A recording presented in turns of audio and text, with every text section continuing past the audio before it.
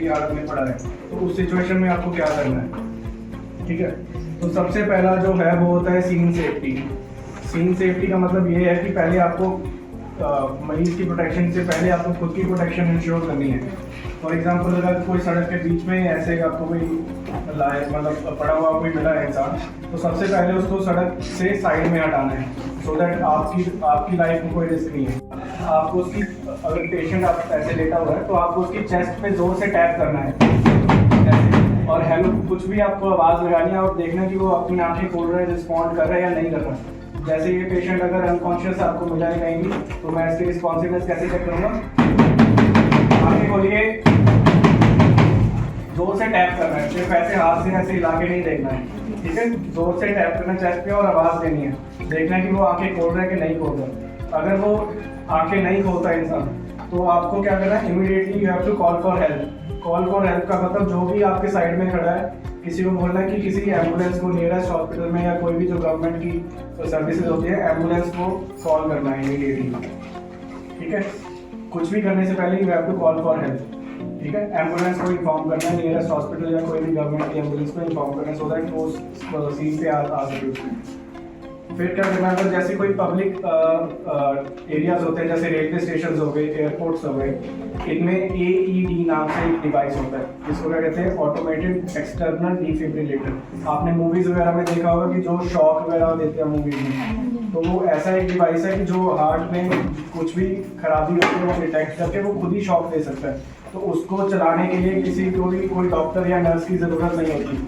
कोई भी जो इंसान जिसके पास थोड़ा बहुत BLS की नॉलेज है, जो आज हम डिस्कस कर रहे हैं, वो उसको लगा के पेशेंट की जान को बचा सकता है। तो वो चीज़, ठीक है, जैसे मेरा थ्रोट है, बिल्कुल सेंटर वाली लाइन के साइड में जाएंगे, साइड में 2 उंगलियां रखेंगे और यहाँ पे आप अपनी गर्दन पे फील कीजिए, आपको अपनी पल्स फील होगी बीट करती हुई। ठीक है, दोनों साइड, किसी भी साइड कर सकते हो। यूजुअली बेटर ये होता है कि आप मरीज के राइट साइड में खड़े हो। ठीक है, तो गर्दन के साइड में आप 2 उंगलियों से पल्स चेक करेंगे, और पल्स के साथ साथ अगर मान लीजिए पेशेंट जमीन पे इसके लेवल पे आके, मैं इसके पल्स के साथ साथ अपना कान लगाऊंगा यहाँ पे। कान से मैं क्या सुनूंगा कि वो सांस ले रहा है या नहीं ले रहा। सांस लेने के और कैसे हम पता लगा सकते हैं कि कोई इंसान सांस ले रहा है, उसकी जब हम सांस लेते हैं तो छाती ऊपर को मूव होती है, तो चेस्ट मूवमेंट देखने हैं, पल्स चेक करनी है और सांस की आवाज़ सुननी है कान से। ठीक है, ऐसे आपको कान लगा के सुनना है कि वो इंसान सांस ले रहा है या नहीं ले रहा। और इन पूरी चीज़ों में ज़्यादा टाइम नहीं लगाना, 10 सेकंड से ज़्यादा टाइम नहीं लगाना, क्योंकि जितना ज़्यादा आप टाइम वेस्ट करेंगे उतना ज़्यादा मरीज के बचने के चांसेस कम होते रहेंगे। ठीक है, जैसे ही आपको पता लगेगा कि पल्स नहीं आ रही, इमीडिएटली पेशेंट को एक्सपोज करना है, कोई भी कपड़े हैं हटाना है। ठीक है, और कंप्रेशन स्टार्ट करनी है चेस्ट की।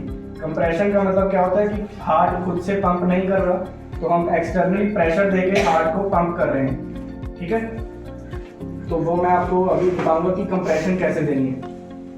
अब जैसे ये मरीज ऐसे लेटा हुआ, मैं इस मरीज के राइट साइड में हूँ।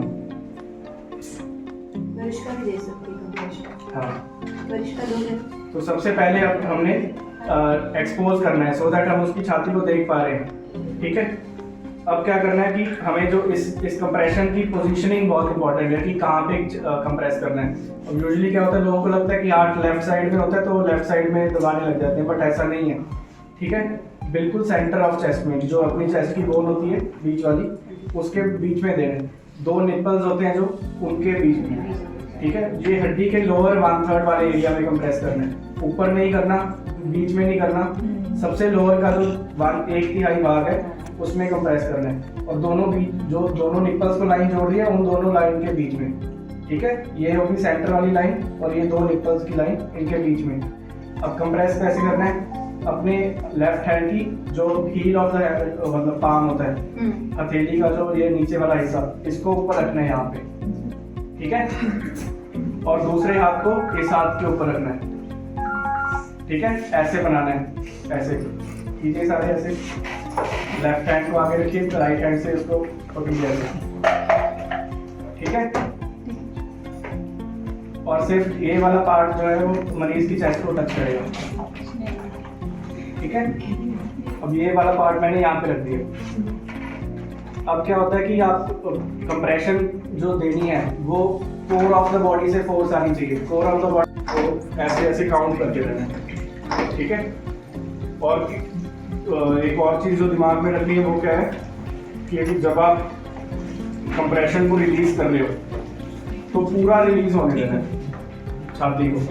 ऐसे नहीं है कि मैंने एक कंप्रेशन दी और बीच में दूसरी कंप्रेशन मैंने इमीडिएटली ऐसे तेज तेज दे दी।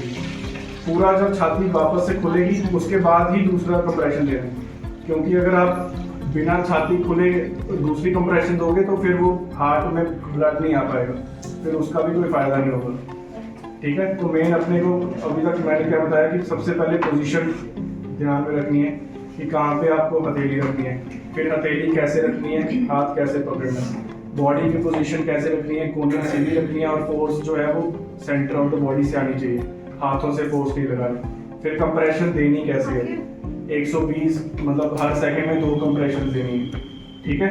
और हाथ जो है वो हिलाना नहीं है। तो मेन चीज़ें ये आपको ये ध्यान में रखनी है।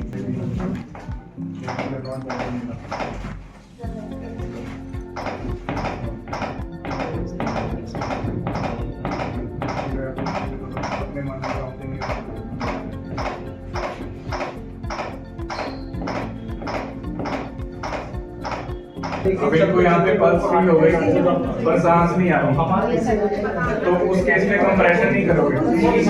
हाँ, उनके पल्स आ रही है मतलब दिल धड़क रहा है, उसमें कंप्रेशन का फायदा नहीं है, उसमें पेशेंट को ऑक्सीजन की रिक्वायरमेंट है। सांस Hello, I'm Dr. Kevin Singla. I'm working in the Indraprastha Apollo as an emergency physician.